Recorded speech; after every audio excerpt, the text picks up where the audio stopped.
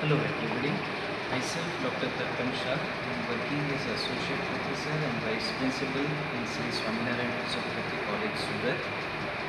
I am going to share few very good information about how to use technology in our field of physiotherapy.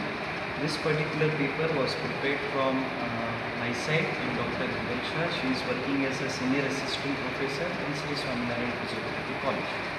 Now, optimal use of available technology to maximize clinical practice in physiotherapy in the Indian perspective, keeping it in the mind.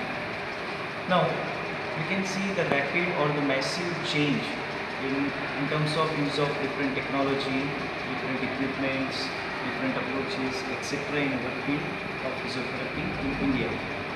Let's take an example previously we used to go or deal with the traditional or the conventional approach for the treatment of physiotherapy. Now we are using so many latest equipments or the approaches. Old is gold, traditional or the conventional approaches are the best, but we can make use of the newer approaches for the faster recovery and for the betterment of our patients. Let's take an example. Previously we used to read the old textbooks which is still not yet been modified, and now the information what we are getting it from the books, older books which has not been modified, it is restricted or limited, it is a restricted or the limited knowledge what we are getting it. It's a time for us to use the different physiotherapy databases where already scientifically proven and very latest information is available that can be utilized for practicing and treating our patients. Let's take an example of databases like PubMed, Science Direct, JGate, Petro, Ovid, Medline, DAD, Lex, Embase, etc.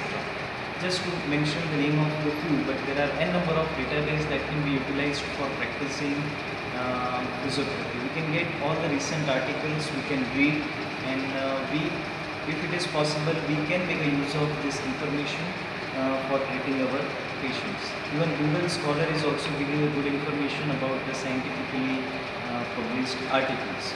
So all the information what we are getting it on the net, it is not correct, but if we are using the scientific information from the database, it is carrying a value and that can be utilized. I forget to mention the name of the Cochrane library. It is one of the very important database.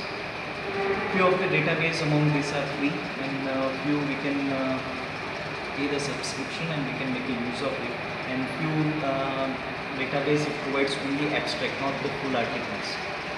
Afterwards, apart from this, there are certain organizations and associations which regularly publish different articles, guidelines related to the medical field, related to the physiotherapy field all over the globe. Even we can utilize those guidelines and we can make a change in our practice.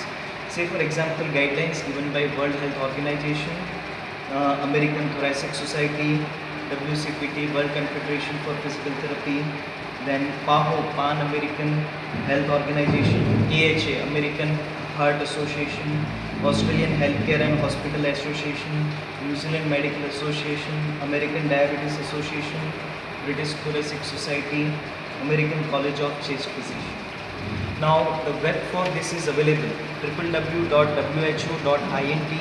www.thoracic.org, www.wcpt.org, www.paho.org, www.heart.org, www.ahha.esa.eu, www.nzma.org.nh, www.diabetes.org, www.breed/thoracic.org.uk, and www.chestnet.org. Now, these all organizations will